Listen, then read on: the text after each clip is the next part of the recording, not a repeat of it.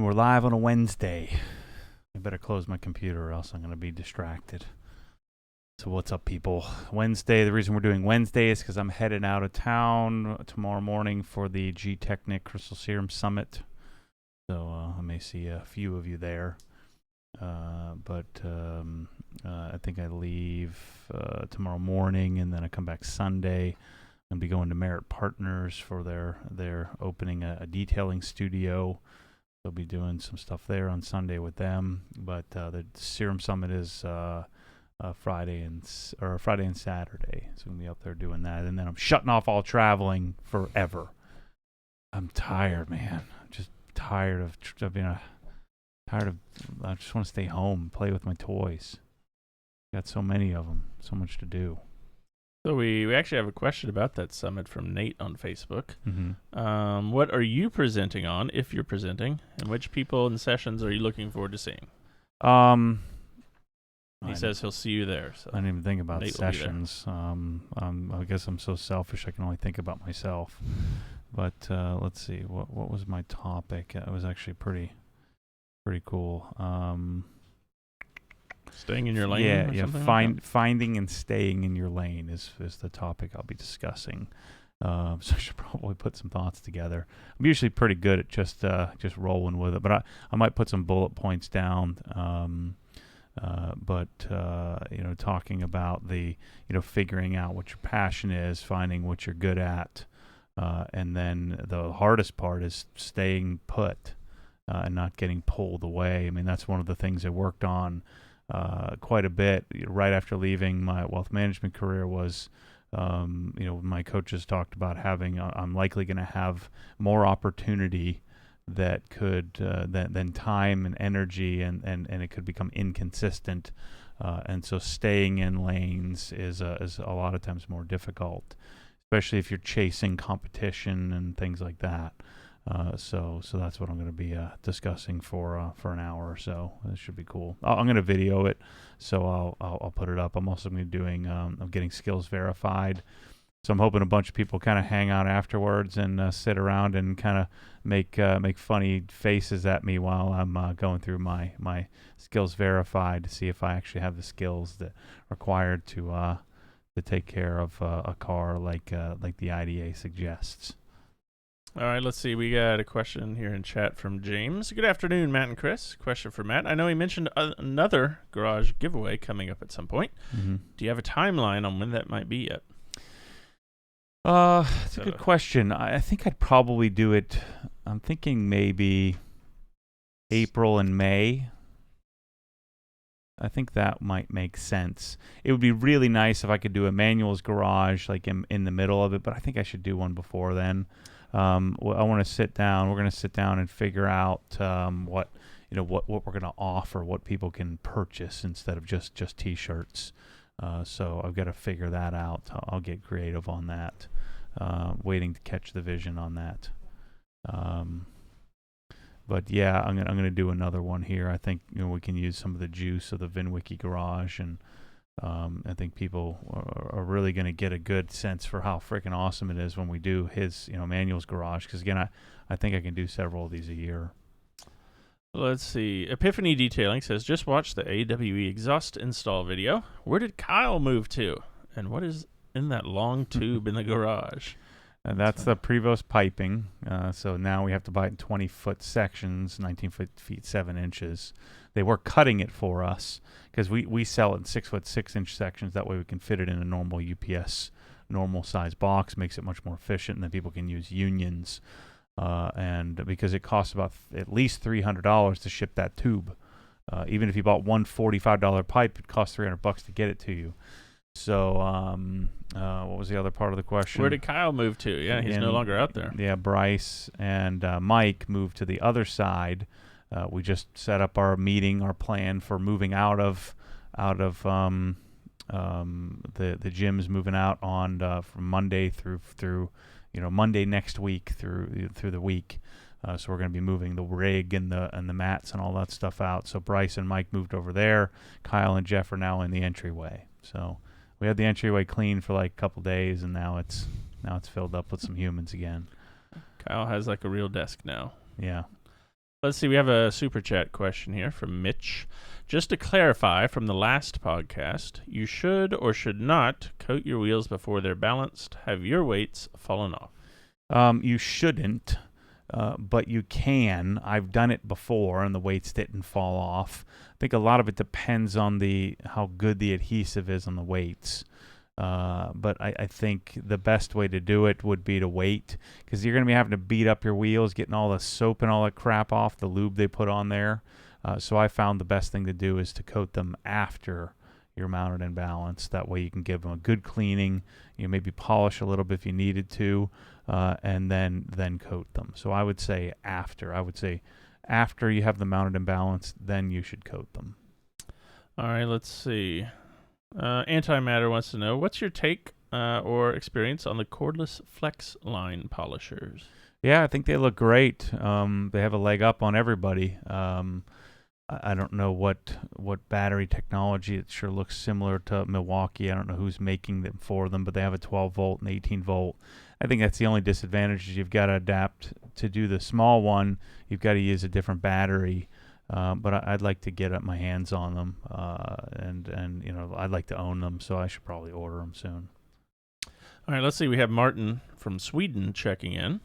He says, "Hey Matt, what do I need to think about if I want a dedicated wash area in my garage? Thank you for any tips." I mean, the biggest thing you need to worry about is water, and mildew.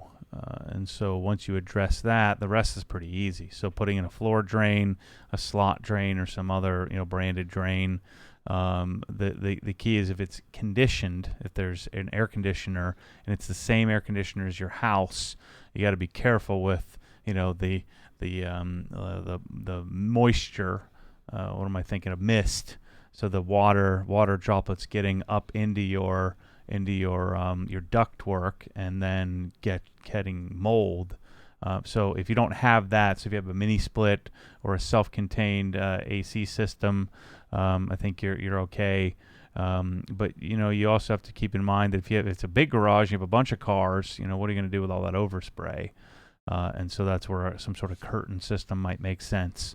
And then the walls. I mean, I would probably want to tile my walls, up to 7-8 feet. So if it's a block building, then block's great. Just paint it with an oil-based, water resistant or waterproof type paint. If it's drywall, then I think I'd be inclined to yank the drywall out and put cement board in, and tile the walls in that area, or use what do they call that? They call that board. It's like a fiber reinforced FRP, fiber reinforced plastic boards. They're just glossy, and I just don't like how those look. But that's what Rupes has in their wash bay is FRP. And so you need to be thinking about how you're going to deal with water. But the boom pole and the pressure washer and all that stuff, I can help you out with. That's easy. All right, let's see here. We have a good question from VTR Zane on Instagram. Recently, he binge watched a bunch of your YouTube videos. Cool. Saw you drive a GT3 Touring during a mountain trip. Yeah. I have one on the way. What exhaust modifications would you recommend for that spec GT car? I think I would do one of two things with that car. I'd probably add a third option. So option one is going to be that's your daily car. You can be driving it around regularly, and you just want it to be a little bit louder but not super aggressive. I would probably do the SharkWorks bypass, disconnect the valves, and just let it be. That would be option one. That would be for the car that if your Touring doesn't have sport buckets and you're just buying it because it's got the GT engine, but you want it to really be a Carrera. That's what I would do if I was going to stay subdued. So for me, I'd be inclined to do something like that because I have my RS that's going to be louder and more obnoxious, with the less comfortable seats and all of that. So my dream would be to have that was the car I drove around everywhere, was my Touring, manual Touring. And so I would probably put a SharkWorks bypass, disconnect the valve, so I get rid of the goofy valve operation, call it a day. Option two is, this is your sports car. You just opted for the Touring. You would do, I think you do the AWE switch path that I just did on my RS. That's my favorite, more aggressive, but less costly exhaust option. It's $2,800, $3,000 to do an exhaust that deletes the side and center mufflers, and you get a lot of nasty. But that's a lot louder than like a SharkWorks bypass. And then the third, which would be the ultimate solution, which would be to do the Dundon setup. Dundon headers, Dundon center section. Now you're in the $10,000 plus range, but you're going to actually make power. They actually make they make an intake for it now. So if you wanted to, make 30, 35, 40 extra horsepower, and you wanted a real nasty, I would do the Sport catted system from Dundon. That's the ultimate solution. There's a lot of talk of, I get this all the time, JCR. JCR has also entered into this area. The reason why I'm not really interested in them. In the beginning, they just did a lot of weird, shady crap with marketing. It's just kind of turned me off. One being as they bought a set of Dundon headers in order to try to figure out, what they were doing in order to do. Instead of doing their own thing, they're kind of copying. Like their initial post on Rinseless was, here's the Dundon stuff, and here's how ours is better. Why not just show me why yours is better? So that kind of stuff just annoys me. So JCR would be another option. I'm not a huge fan of Fab Speed. They've always fudged their numbers, which is annoying. They weld a lot of shiny pipes together. The GMG center section is also another option, which really it's gotten copied a lot. I don't know if they've sold the intellectual property of that to like Graham Ray Hall. I think the guy who used to work for GMG kind of split off and started Graham Hall Racing with him. But to me it's pretty simple. I'm going to do SharkWorks bypass if I want a real simple bypass solution. GMG if I want a simple bypass solution with more amplitude, but you're going to want to keep the valves connected on that because it'll drone. AWE or Dundon. All right, Hunt here in the chat says, I'd be interested on a detailed video for the Mosmatic boom pole options. Mm-hmm. Are there any plans for that in the near future? Yeah, I mean, we put the boom poles up in the store, but I don't like the fact that we're just retailing them, meaning I didn't do the work. And so I want to buy one of each size and take my photos and show people how they're constructed. And so that's going to be the goal of 2020. As well as building out, the garage design facility and design in general. The design team is to stop retailing crap and which I have avoided completely. It's hard with like a line of car capsules and boom poles and these things that are really capital intensive to buy because we generally would drop ship something so big like that. But I need to buy each one, make a video on it, what we're going to do is every video won't be released, so I don't want to make 17 videos on a boom pole, on the same boom pole, but I would make 17 videos and make most of them, just put them on the channel unlisted so they don't launch and annoy people with too many videos. But yeah, I'm going to be answering that question, teaching people how to buy it. That's the goal of the Obsessed Garage website, is to teach people how to buy it. And give people solutions to problems that a lot of times they didn't even know they had. And so a boom pole would be a very high up on the list at getting people the information you need to make an educated decision on which one and why. All right, this is a question from Brick City Whips. I think this is an interesting question. Is there a way to do the cuts on the SwissTrax tiles without a tile cutter or table saw? Can a large knife or anything else do the job? No. You would need we could do it with a chop saw, like a circular saw. You could do it with a jigsaw. It just has to be powered, or you'll be there the rest of your life trying to score the tile. Not one of your fancy knives you've got that's extra sharp. No. SwissTrax. No. So I would suggest renting a table saw from Home Depot, or worst case you can just use a circular saw. If you check out the videos of the VinWiki garage, you can see Mike. He just had like a sacrificial piece of wood, so an old wood table. So you could buy a little sheet of plywood and you just set the depth of your table saw, and your chop saw or your circular saw. Just set the depth, and you can just run it right on the table by hand. All right, got another super chat question here from TJ. Hey, Matt and Chris, I recently found OG and love the channel and Inside the Hex. I wanted to attend the Rupes training and was going to go to SwissTrax training.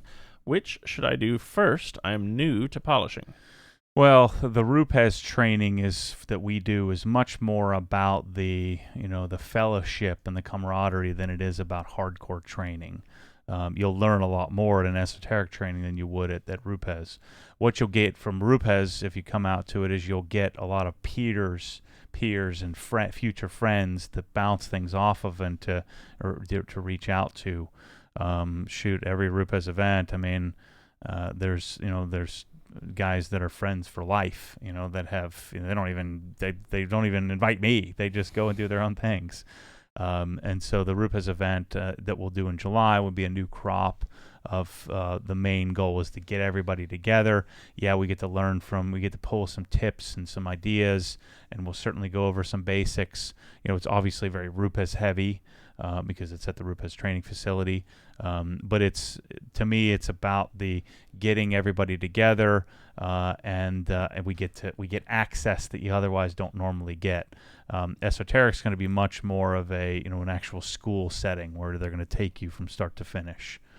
Very heavy on polishing, but also you're going to learn a lot about if you were to build a business. They'll show you a little bit about how they do that. All right, we have some info here for you from Max, our friend Max out in California. Graham Rahal Performance works with BBI Autosport, not GMG. So for what that's worth. Yeah, but they have a GMG copy. I think that somebody from GMG left GMG to go, or maybe I'm getting that wrong, I don't know, or maybe it was BBI. I don't know what the story is. I'm talking out of my rear. Too many letters. I just know that the Graham Rahal center bypass looks exactly like the GMG, and there's some story behind that. I'm not sure what it is. All right, this question is from Brian Rivard. Hope I'm pronouncing that right, Brian. Hey, fellas, I want to install SwissTrax in my garage, but I'm concerned about the tiles expanding. I'm in Southwest Florida, and my garage gets really hot in the afternoon. Yeah, you don't have to worry about that. How much gap, if any, should I leave on the walls? Yeah, I wouldn't, unless you have direct sunlight beating down on the front tiles, and even then, how often is that going to happen? Then you don't have to worry about it. I'd freaking tuck it tight, We get more temperature extremes different than you do in South Florida. We get a little hotter and we get a little colder, and I've had that sucker jammed in there. And and again, unless sun is like shining at the exact right angle on the front tiles, and you have it so tight there. In worst case scenario, if you did find that you have too much expansion, you can always just pop up the tiles and trim them a little bit. But I don't think you'll ever have to do that. All right, Steve wants to know, what's the best method to flatten touch-up paint blobs, go-to sandpaper grit number, or any compound work to level the paint? Yeah, I'm not so good with touch-up stuff. It's never worked for me. But, a lot of times if you go to try to sand the touch-up spot, then you're pulling it right out. Yeah, I don't know, man. I'm not an expert in that. I'd probably go back and watch. The best video I've ever seen on it was Larry Casilla's one of his first couple of videos when it was part of I think it was on the Drive channel, and he's using a pencil eraser and putting a little piece of sanding paper on it. But even that, I mean, touch up is such a tough thing. That's why I just do Dr. Color Chip, just to wipe it on and wipe it off kind of thing. That works about 80% as well. All right, speaking of Larry Casilla, Robert, another super chat question here today. I found your channel when you dialed in the GT350 using Ammo NYC products. Mm-hmm. I ended up using the same procedure. Mm-hmm. What are your thoughts on NYC Reflex, and how would you compare it to CSL? Thanks. Well, Reflex is not a coating, so it's not in the same class. Larry doesn't really talk about what it is, so it's something in between like a wax or sealant and a coating. The process of me on the GT350 using the products it was one of those. I did it with several other product lines where I just bought the product line and used it on a car to see if it took over, so the products were better than some of my other products. And Hydrate hung around my process for a while until I started doing silicon dioxide coatings The hydrate is, from what I understand, what looks to be some sort of spray wax, and it just doesn't play as well with a coating as, say, something like Beadmaker or CarPro Reload or ECH2O or C2V3 or something like that. So, if you're following Larry's process, it's a good process to follow. I think there's certainly better stuff out there, but you can't go wrong, taking on a system from Ammo or Adams or Griots or Geon, or taking on one system, unless you're willing to do the work, or if you're going to follow my process and develop your own process around that. I used to use the Griot system and using all their stuff, and so again with Larry's stuff, I bought it all, tried it all, made some content around it, and nothing really made the cut to make me fall in love. And so it doesn't mean it's bad. It just means what I used I liked more, and a lot of that's subjective. And so, it'd be the same thing as like I've been talking trash on turtle wax. I'm just not interested in that line. That the probability of that taking over for something else I'm using is very, very slim. Out of all the experience I have with trying different products, it's just my gut tells me what to do, and it's usually pretty accurate. All right, this question from Jonathan here in the chat. Jonathan Wright. Matt, I bought the Kranzle 1122 from you, as well as the Mosmatic gun solution. I find the GPM good for cleaning my driveway without causing damage to the concrete.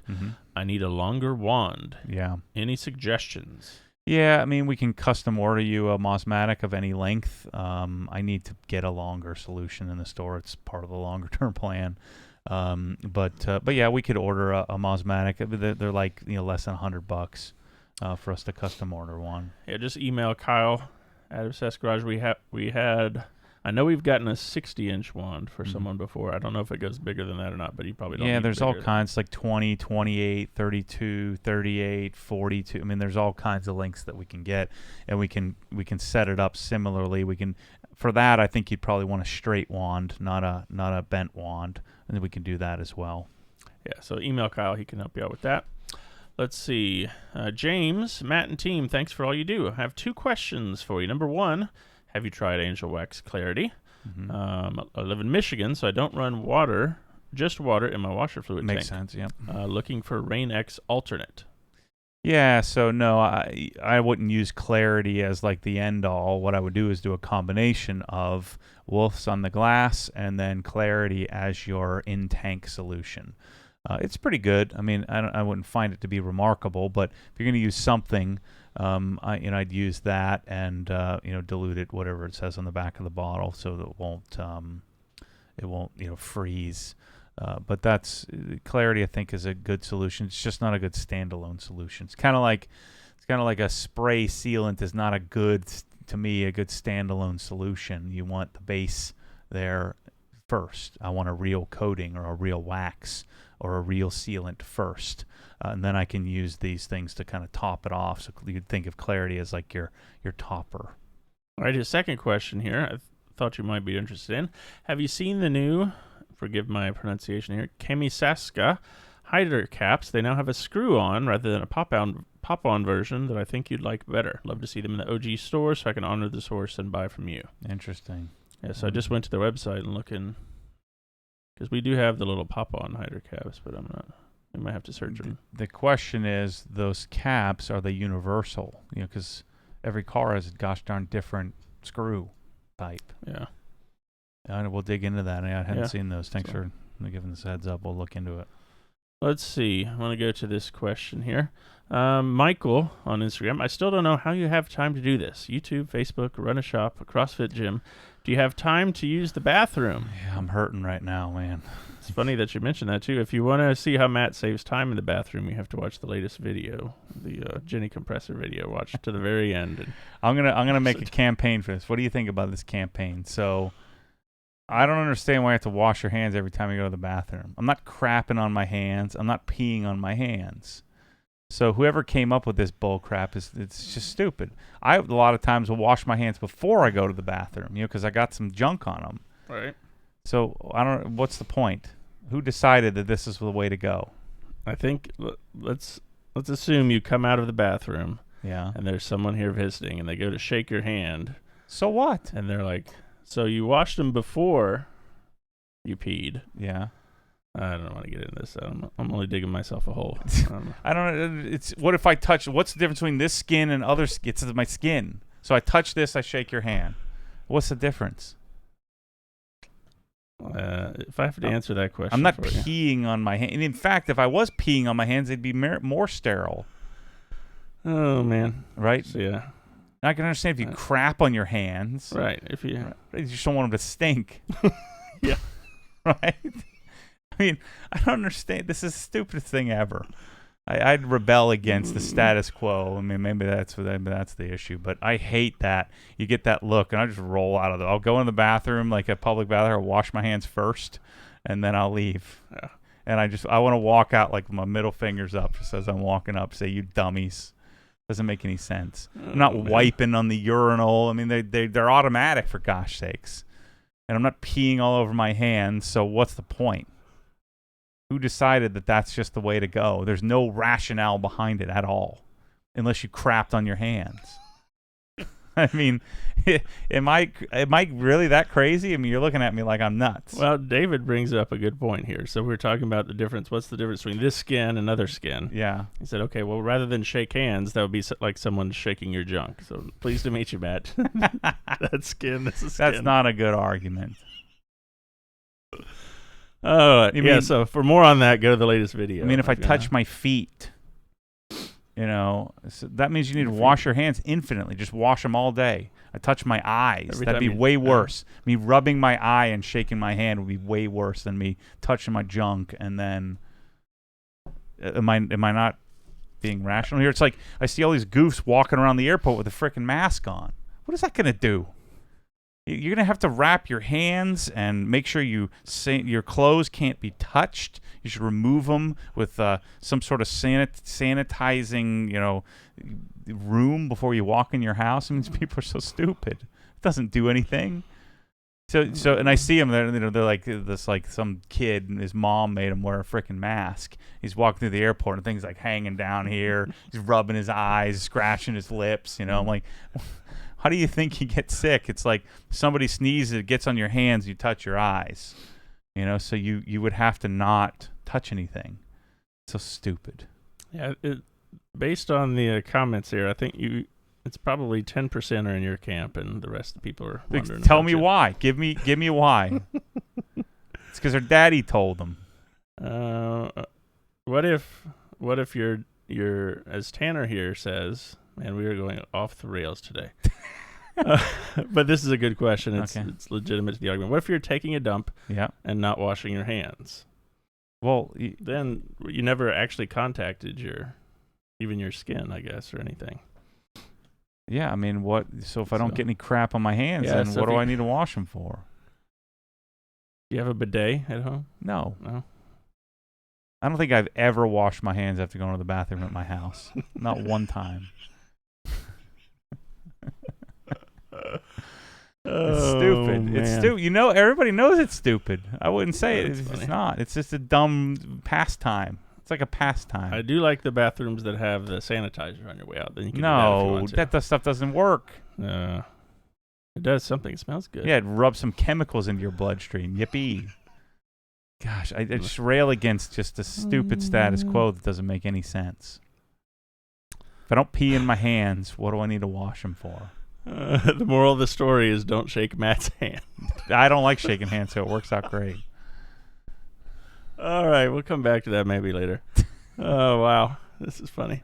All right, so we have someone in Belgium, Netherlands. Where'd he go? I I lost. bet him. he doesn't wash his hands after going to the bathroom. Now in the chat here, type if you're a hand wash or not.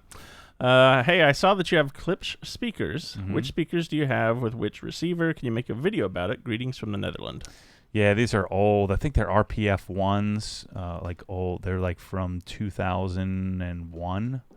They're like they have a powered 12 on the side, and then a single 8, and then a single 1-inch titanium dome horn. And then I have an old around the same time period as a B&K AVR 307. This is my stuff that I sold my dad back in the 2000s, early 2000s, and he's had it forever. And then when they moved here, he really didn't have a use for it anymore, so we put it in HQ. And then the matching center channel. I forget what the model number of the center channel is, but I sold so many of those speakers. Super efficient. I think their sensitivity is like 98 dB, so they require virtually no power. So they sound pretty good with, because the AVR 307 does like a true, 150 watts a channel at 8 ohms. So it's pretty legit. It's a pretty legit setup. Klipsch can be kind of harsh or bright. But in certain environments, I like them. They're great for theater, because of how efficient they are. All right, we have several requests in the chat for you to not pack anyone's orders anymore after. So don't worry, he's not doing that anymore anyway. I guarantee my hands are cleaner than hand washers. We need to have a scientist come in and do a study. I guarantee it. If there are any scientists in the Central Florida area listening or watching, please contact us. Let's see. Dan, our buddy Dan from Minnesota, is now down in Boca, sneaking in a Wednesday chat. Yep, Dan, come up and visit. I want to get to this question because I see it looks like Bryce or Matt is chiming in, and they would agree with this. Grenade89 on Instagram says, you guys should do a mobile detailing giveaway. An OG spec detailing van would be dope. Yeah, but I'm just not into that. I'm not really, in order to be into that, I would have to have been like a mobile detailer in order to have developed some expertise around it. And, I get contacted all the time by guys wanting me to market their thing, their mobile rig, but it's sort of inauthentic and I don't really know much about it. I mean, I think I could probably put something together, but, I don't know. I just don't think that's something I'm going to do. All right. Let's see. This is from Buffalo Bob 920 on Instagram. Good morning. What is the best way to clean microsuede headliners and also to protect them? Just ordered a 2020 XT5 Cadillac. Won't get it until May, but already thinking about detailing it already. I got the sport model, not a grandpa car, but I am a grandpa. So you should never need to touch a headliner, right? So you shouldn't need to be cleaned. So hopefully you won't have to mess with it. But we just learned something today about, all the Alcantara that I clean. So microsuede Alcantara, you treat it similar nubuck leather, kind of soft, fluffy leather. You can actually sand it. So the Color Lock guys are out there doing an advanced training. I was supposed to do it, but I had too much for the Technic Summit. Now I'm kicking myself because there's all kinds of stuff, all kinds of amazing things at Lars, and they're teaching. The Color Lock guys are out there teaching them. But the headliner, you would clean it with Sonax Alcantara cleaner or Color Lock fabric cleaner. And then you'd get like a spray bottle of water and like a couple of damp microfibers and kind of blot it. But really, you should never have to go there. Like I've never cleaned the headliner in any of my cars because you shouldn't really be touching it.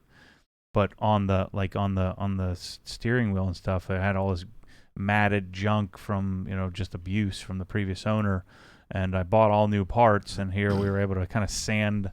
You're actually able to sand. I just ordered 100 of those sanding blocks to teach people about them.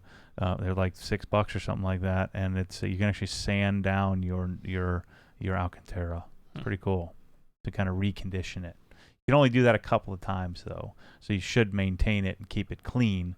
And the way to keep it clean is to use Sonax Alcantara cleaner and a little brush and like a Color Lock brush.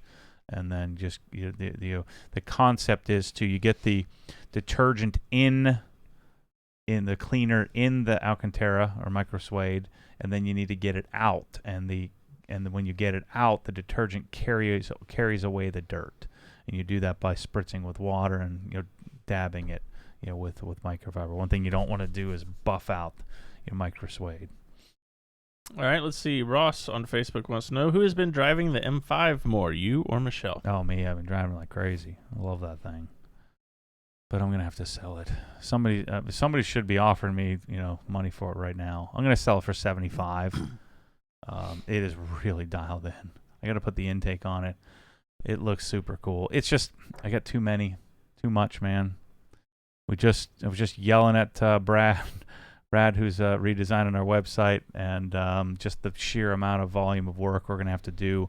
I want to help people buy stuff in a really efficient way, and it's going to require me to really focus. And having 5 cars, I can't do it. It's too much. I'll make my way back to 5 cars and have the same conversation again. I'm okay with that. But the M5 is really sweet. I'd really, I talked about it, I didn't like it at all when I got it, but now I really like that thing. All right, Nate on Instagram wants to know, Matt, have you ever tried the No Bull trainer shoes for CrossFit? No, I don't know why. That's just never really appealed to me. I always felt like kind of a knockoff. But I haven't tried them, so I'm kind of making that up. All right, I think you'll like this question here. This is from Refresh Garage on Instagram. Okay. So during that 12-on-12 volleyball game and the annual family Memorial Day barbecue, Oh, Lord. a 50-50 ball goes up and just hangs there. Yeah. Do you pound it and send someone to hospital? Oh, absolutely. Or safely dink it to the back line? First of all, I would kick the other 6 over to the other side and say, all right, 18 on 6. And then, yeah, absolutely. If girls want to get on the court, then sometimes you're going to get a bloody nose. In fact, I probably have at least 10 times of exploding some girl's face, like with a ball. like in some sort of open gym environment. I just have, and I'm much nicer now than I was when I was 22. But oh man, I would just axe murder 12 on 12. There you go, Refresh Garage. Let's see. Wayne wants to know, Matt, what's your favorite benchmark workout or hero workout? Grace. Yeah, Grace is my favorite workout, which So is 30 clean and jerks for time. And my PR is 152. But I'm probably like 252 right now. So I'm giving up on the dream. All right, let's see. This is from Real Life Riley on Instagram. My next car will probably come from out of state. When you've shipped cars in the past, did you use a specific company? About how much did it cost? I'm sure it's based on mileage, but looking for a ballpark. It's so frustrating. So what's the distance? Well, he just says out of state, but he wants to compare it to, say, flying there, picking it up, and driving it. Like, what are the pros and cons? 'Cause we didn't get a lot of details there. Yeah, I mean, the pro is you don't have to deal with it. Like, I'm not flying anywhere and driving anywhere ever at this point. Like I shipped my M3 from California to here. I think it was like $2,800 or something like that. Kind of janky, but all the companies that do it, I think what you want to do is you want to avoid getting into a broker situation, right?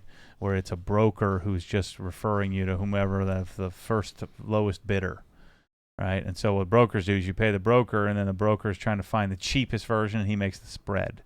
And so he's out beating the guys up, and so you usually get somebody who's all mad and angry by the time he gets there because he's not making any money. And so, they're all pretty crappy. So what I have now is I have a guy with a single truck, single trailer, who will come and get my car and take it wherever it needs to go. Just to give you a frame of reference, to send my GT3 up to Atlanta and back, which is 400 miles each way. What is it, like for $1,400 or something like that?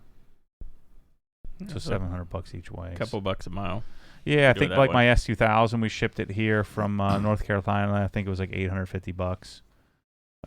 So somewhere in the order of $1,500 it would be probably average if you're doing like a 1,000-mile trip. All right, let's see. Mark Rogers on Instagram wants to know, have you recorded any behind-the-scenes vlogs for Inside the Hex while you were at the VinWiki garage? Can't wait to see some more day-to-day vlogs. I'm not doing that one. I did, yes. So I have like 3 episodes, but we're going to put them on the main channel. So they'll be up on the main. We just put a blog up today. Did Mike launch that thing? Let me check it. So yesterday's vlog should be up.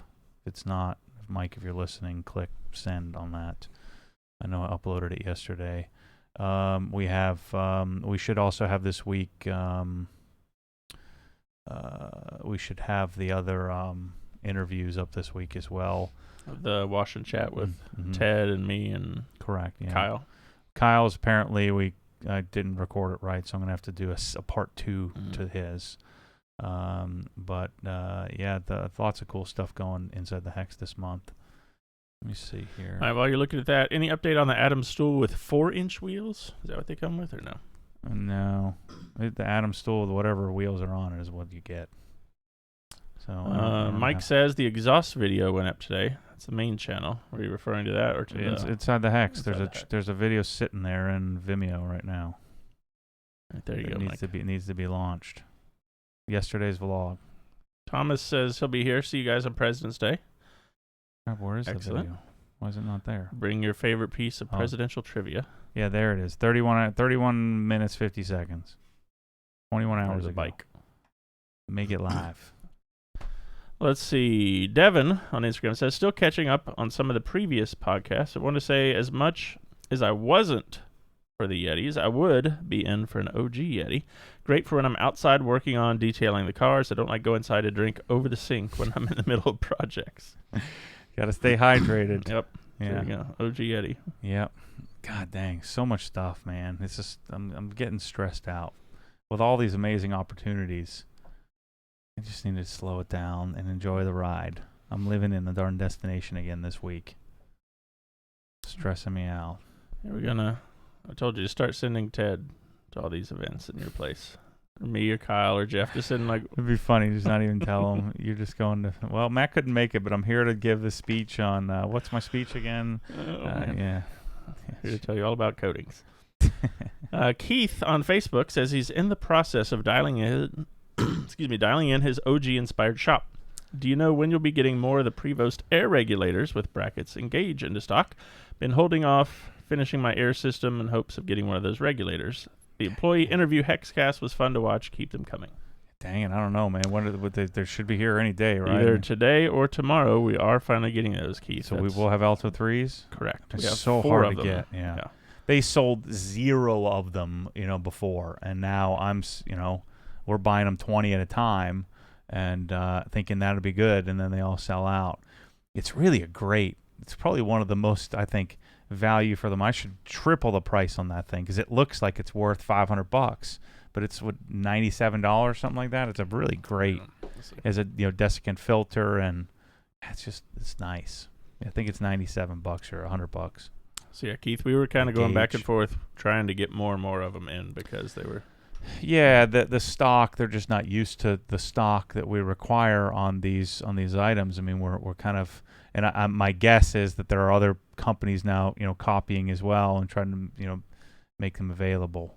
Yeah, see, I'm retailing there again. At least we have our photos, but I need to get in and write a description.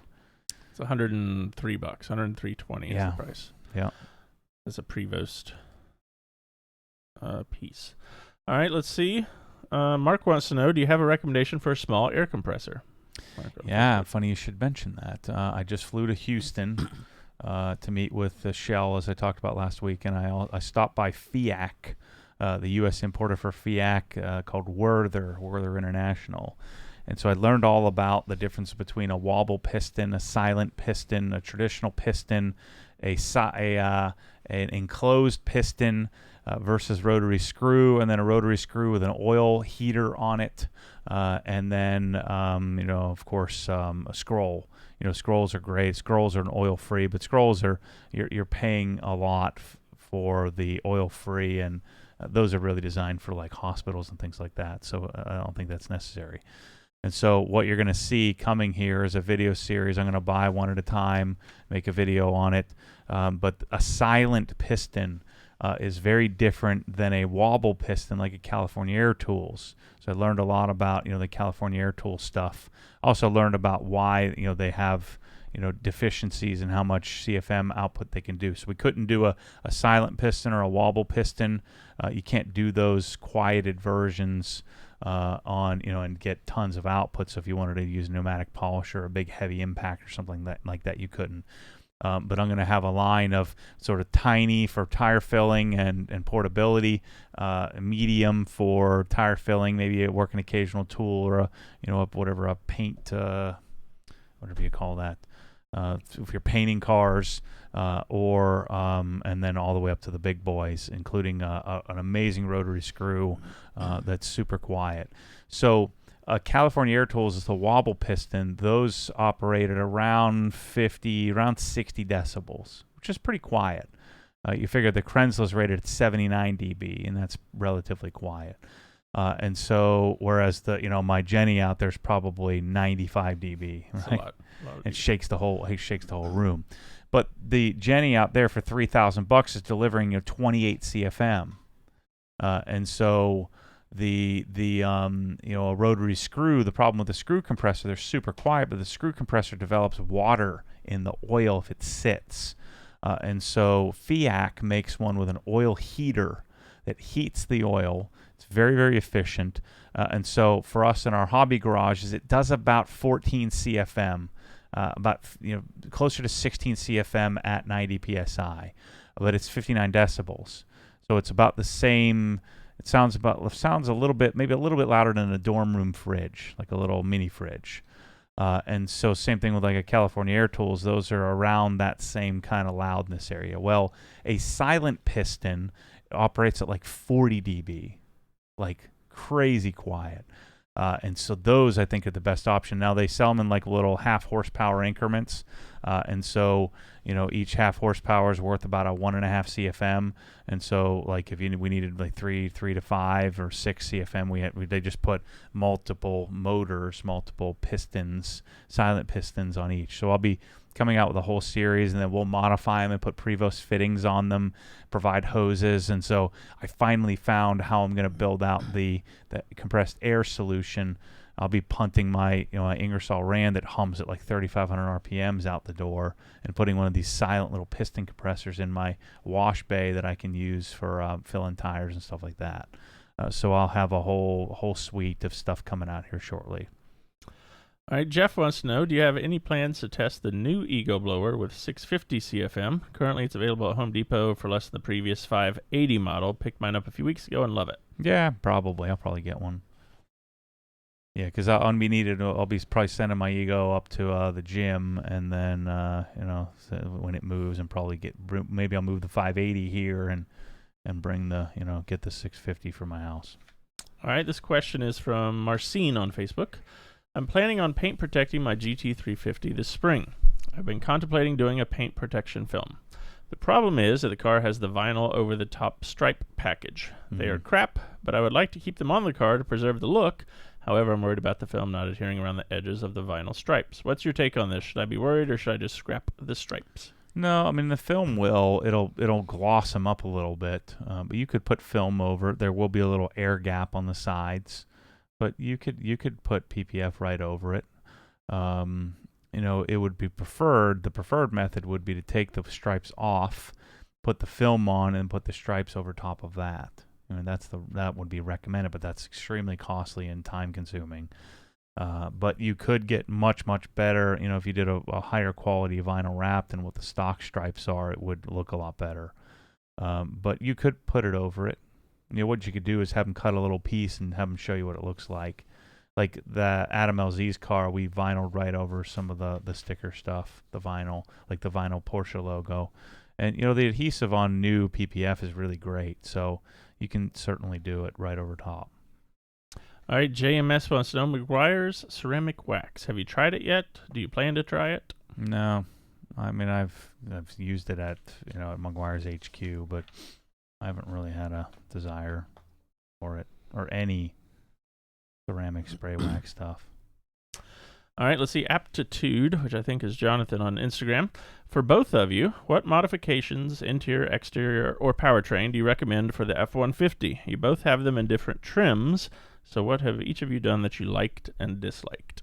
I like the V8. I feel like the V8's bulletproof, and it sounds way better, but it's really inefficient.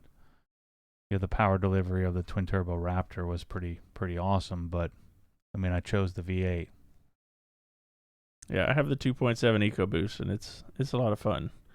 It doesn't sound good at all, but I don't really care about how it sounds, because I got a 46-mile round trip each day, so it's nice to have a little bit better gas mileage that way, and still get all the horsepower and torque that I need. Yeah. The only other things I've done, I did a little short antenna on the front, and I did the tailgate assist, which eases it down nice and smooth. What I want to do one day is what you have on the Raptor, those running boards that come out when you open the door. Amp research side steps, Those are nice, but that's a little ways down the road for me. But I would like to do that for sure. I got Nerf bars, but I don't want them there. Let's see. This is from Caleb on Facebook. For those of us that have not built an enclosed garage yet, does it make sense to install SwissTrax on our covered concrete area? My current area has 2 sides of enclosure and a roof, but the remaining sides are open to the elements. I'm concerned on the longevity and effectiveness of the SwissTrax with the level of exposure. Well, longevity and effectiveness won't be an issue. Maybe if you may have some sun bleaching. If it's, if it gets a lot of sun at certain times of the day. I don't know. I feel like it, without 4 walls, it just doesn't feel right to me. It could certainly work. I don't think there won't be any bad parts of it. The one thing you may want to consider is putting some sort of edge around the perimeter, where the walls open. Like let's say it was like a raised patio type, or there was like a raised area around the 2 walls. You'd want to put some sort of line, a demarcation, and so I'd get like a what do you call that? Like a 90 edge. Well, it's eluding, but you get an edge piece and you'd concrete anchor it all the way around. But I think it would just come down to what it looks like. What's the look and feel of the facility? Is it sterile and modern looking? Then it can work. If it's like older and rustic, then SwissTrax may not make as much sense. All right, SSM S2K wants to know: is there any movement, or are you still planning on finding a clean EM1 SI? Yeah, I mean it's open, an open invitation. If I find one, then I would go against everything I just told you, which was going to be to keep things simple. But I'm not in a rush. Jason just sent me a black one with like 13,000 miles is for sale, but it just isn't right. I need an electron blue one. All right, let's see. Matt wants to know, Matt, have you tried the Carbon Collective range? If not, do you have any plans to? No, I haven't tried the whole thing. I've tried a couple of things. Was there a merino wool wash pad thinger? I'm trying to think what else they sent me in the past. It's been a while. It's been several years, so nothing recently. They have a cool brand, though. I think it's pretty neat looking. Tanner wants to know, before taking on the VinWiki project, do you sit down and cost out how much you're going to be out of pocket for that and then decide if there will be an equal return on that investment, or is that something you do knowing you might not get 100% return from? That one, I just did what I needed to do, which is pretty typical of me. We got some sponsors to like kick in some of the stuff, and some, I just paid for. I should have gotten it all sponsored. And so that's what we're going to sit down here soon and work on and figure out how to, get the vendors, because I don't ask the vendors for anything generally. Kranzle has been kind to give me some pressure washers for a few projects, like the Troy project, and for Tommy and for Trevor from Motion Auto, Tommy F. Yad, Motion Auto. So, I kind of Kranzle kicked in and helped me with that. Prevost has given me some stuff like for Ed's Garage. Jenny has sponsored a few things like my garage here, SwissTrax. So there's been some, but like I don't think SwissTrax ended up sponsoring. I think we ended up paying for it. So what I'm going to do in the future, this was kind of I didn't do enough planning ahead of time just because so many projects, and so if I'm going to do it again, I'm going to need to get some sponsorship. Now, I don't intend to pursue sponsors for garage giveaways. I intend to just pay for that myself through the funding that you guys do by, buying whatever it is for an entry or two. But like if I did another famous persons or influencer type garage, I'm gonna present a package, an idea to all the vendors, and then create a who's responsible for what, kind of thing. Because with Ed and I, it's like who's paying for what, and so instead we'll dictate that up front. That way there won't be any. I mean, he and I are fine, but there won't be any in the future. There wouldn't be any hard feelings, or nobody feels like they're getting duped or whatever. So we'd have a very very clear agreement up front, set of agreements up front of like, okay, the influencer, the homeowner is responsible for the plumber and the electrician, and here's what we need. And they're responsible for the runs to Home Depot, and I'm bringing all the gear, or maybe they're responsible for the labor for a mic to come and help. So I'm going to figure out what makes sense for that in the future. But I don't intend to do a lot of garages that are free. I'm just intend to do a lot of garages where you'd pay me, and then I just choose which garage to go to. I mean, my time is way, way too valuable at this point to be doing a bunch of free stuff, you know. But the first garage, this was a learning experience, and there'll be a huge payoff to this. Speaking of which, we had a couple of people congratulate you on going over 200,000 subscribers. Looks like we're at 201,000 something now. So yeah, that's cool. Yeah, it's cool. I'm waiting for something. I think I said this on the last podcast, but someday something's gonna pop for me. You know, where it'll go viral, maybe. If not, whatever. Yeah, that was a gradual climb. It was summer of 17 when you hit 100,000. Yeah, so a little less than 3 years for that second 100. Let's see. I'm not even going to pronounce this name. But any reason why you never offered any of the Menzerna line of polishes? Do you like them? Do you not like their stuff? Well, Menzerna is what I used in the past, but Jescar is the U.S. representative for Menzerna, and Menzerna has kind of frustrated me and a lot of people in that they keep changing the darn name and stuff, and it becomes really difficult to comprehend. That's part of the reason why the Jescar stuff exists here in the U.S., and Jescar made it really simple, and then they came out with a product that was even better. And so that's, so Jeff Silver, who is the U.S. importer of Menzerna for the last 20 plus years, also had a line where they made polishes and products to care for guitars. And so that brand is called Jescar. And so through the Jescar brand, he's created some other polishes, not made by Menzerna. They're made by somebody else, another chemical producer. Which I believe they also, it's the same chemical producer that makes the Oberk line of polishes, if you're familiar with that line. And so Oberk, Jescar, or whoever, I don't know who the OEM is for that. So Jescar and Menzerna share a lot of the same characteristics without all the confusion.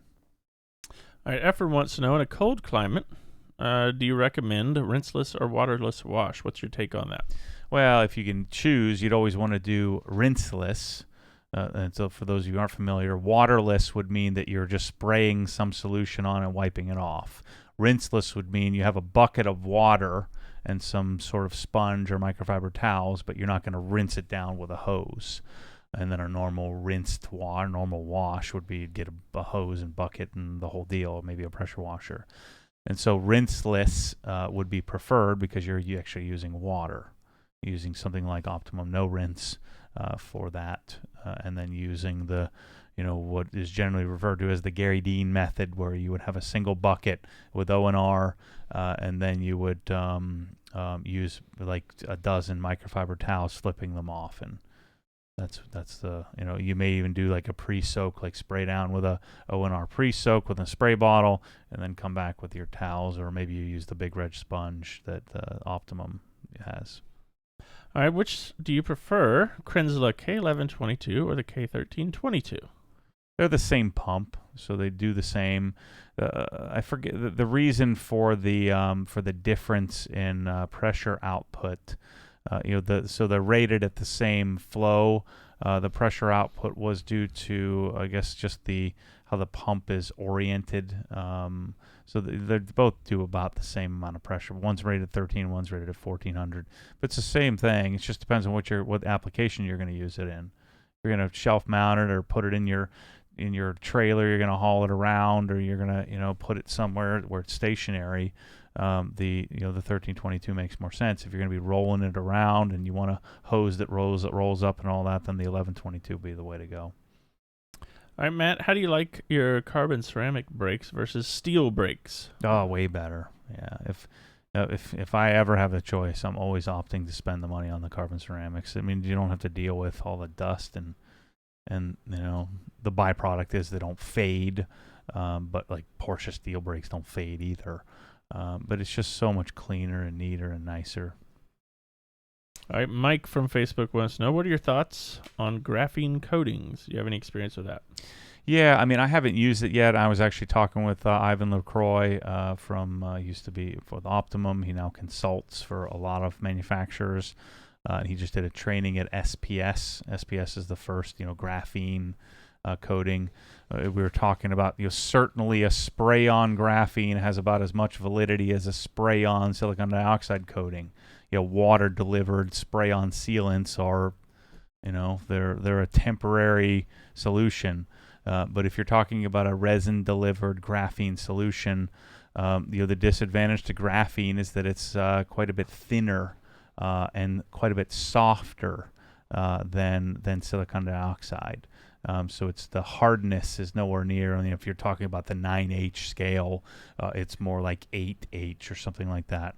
And so graphene is not as dense and as hard, but the advantage is that graphene is less water spot prone, tends to be a little bit more hydrophobic, theoretically could last a little longer, and also I think is supposed to be a little bit more flexible. But the disadvantage is technically not as hard. And so, it could be a little bit more scratch prone or something like that. And even like you're talking about, like a lot of self-healing coatings, their self-healing properties eventually disappear. I think like a Fein Lab only lasts, maybe a year or so before the self-healing properties start to wane a bit. And so, graphene, we'll see how it develops. It's coming out of Malaysia, from what I understand. But don't get you all like freaking excited about it. I'd let other people put it on their cars, let them make it good before you go chasing it. I'm not going to chase it. So, the silicon dioxide Technic right now, I think would likely blow away any graphene stuff. And certainly give up this pipe dream of them going to spray it on with a water delivered system. It's not the same. You're just contacting the surface, but you're not getting you're not getting a measurable layer of protection. Stick with the darn. You've got to do the work. Stop looking for the diet pill. I talk about this in the next Wash and Chat on the conclusion of the Z06, which should be out early next week. Forget this whole concept of I can just take a diet pill and lose 50 pounds. It doesn't work that way. You need diet and exercise. And so same thing in your car. You don't just get to spray some crap on it. Everything's perfect. You've got to actually do the work. You got to polish it. You got to prep it, and you got to put the real stuff on. So that's why I'm so adamant about all this stupid bull crap spray on stuff that everybody's going crazy over, that I don't give two craps about, because it's bull crap. It's pointless. Do the work, and then maybe you pick one of them as your topper, but you don't even really need the topper all that much. I just use it for, as a drying aid, and if it helps make it look a little better, then I'm all for it. Let's see here. Yuri wants to know, do you have any recommendations for painting garage floors? Will it last? Yeah, don't do it. Ever. Ever, ever, ever. Never, ever do it. Especially if you have any kind of like if you like what your paint looks like on your car, I mean, forget it. You put it on there. It looks terrible right from the get-go. And then, you're guaranteed to have some bugs and some leaves and some crap blowing around unless you can completely control the environment. Some flies, get stuck in it, and you're rolling it on. And, you're going to see roller marks, and then it's eventually going to peel up. And as soon as you drive on it, it'll never look the same again. So I'm certainly not a proponent of painting. I'd rather do epoxy or a polyaspartic than that. At least you can throw some chips on there, the chip systems, to hide the fact that it looks terrible. So, I've said this 1,000. I've given up battling people on this because, what about the dirt? What about the screws? Who frickin' drops a screw? You have to drop a tiny little screw that 99.9% of screws are too big to fall through SwissTrax. I'm just doing SwissTrax because it's the most viable solution under, $20 a square foot. Driving on some regular Home Depot porcelain tile, you could certainly do that. But, eventually you have grout line cracks, and, and it's going to be probably pretty slippery. And then you always still have to vacuum it out and sweep it out once a week or more. Like in Florida, you have to sweep it out every day because all the oak leaves and pollen and all that crap blows across it. So yeah, I am not a proponent of painting. I recommend against doing epoxy. You got a 10 or 15% chance of epoxy working out for you.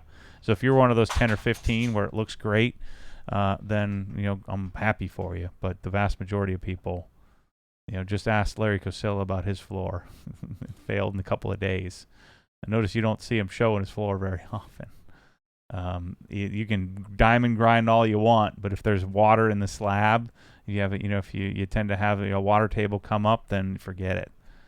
Or if you just get unlucky, the wrong type of concrete particulate, and every single epoxy guy will tell you he's the expert and that he knows better, and that he's going to show you all these great pictures, and every epoxy floor looks great in pictures. Every one of them looks beautiful, just like every car looks great in pictures. But then you got to grab a scan grip light and look at it. You got to be willing to deal with that. I'm unwilling to deal with that. And so, unfortunately, SwissTrax is my only real solution. My long-term goal would be to, like, if I build my garage in my house, I'd love to do porcelain tile and find, like, that tile. I forget the company that Mark from Cars Yeah, the Cars Yeah podcast. No, not Cars. Is he Cars Yeah? I think so. Why am I messing it up? Mark, who used to run Griot's Garage, talked to me about a company they used to bring in from Germany. I think it was started with a G. But the flooring was like $18 a square foot or something like that. In order to get the proper slip rating, proper density, installation then on top of that is really, really expensive to do it right. And then you still have to clean it all the time. That's the beauty of SwissTrax. So tired of hearing the stupid comments about what do you do about the dirt? How do you live with the dirt?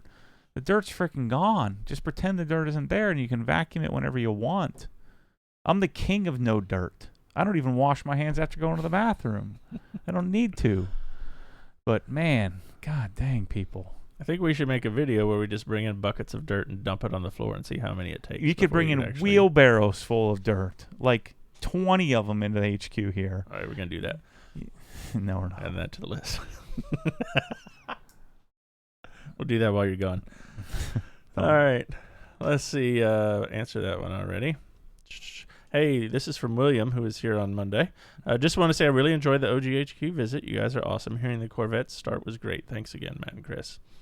Hey, William, I'm sorry, William. You walked in at like the busiest time of the entire week, and I felt we were all running different directions, but I'm glad you enjoyed coming and visiting. That was cool. Yeah.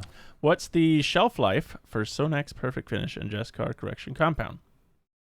I would think forever. I don't know. I have in mind some old bottles. So I have the bottle I'm using was like the original Jescar prototype bottle. Yeah, I mean I still have it over a little bit of it left. Yeah, they actually some other company tagged you on Instagram today with an older bottle where he just put like a little printer label on it. Yeah. Let's see here. All kidding aside, this is from another Matt here who's asking. Yes, that was some pre-workout I was drinking, Matt. Do y'all have any experience with buff guys in the Atlanta area looking to have someone reputable to install some STEK PPF? No, I don't know those guys. Mm-mm. All right. Well, I think we've answered all the questions. We've gone an hour and 8 minutes, and I don't think this was the worst podcast ever as he thought it might have been. Oh, yeah. That's good. Yeah. Oh, yeah, we got to get out there because we got the tape machine. The guy, we have a machine that will do automatic Teflon taping, so we got to go check that out. Anyway, yeah, it seems like we're getting shorter every week. We got to stop being lazy, Chris. Next week we'll be on it. We'll do an hour and 45 minutes for you, maybe 2. We'll drink 3. 2 pre-workouts, and Matt's gonna have a Mountain Dew, and then we'll just go all day. Yeah, big bright-eyed.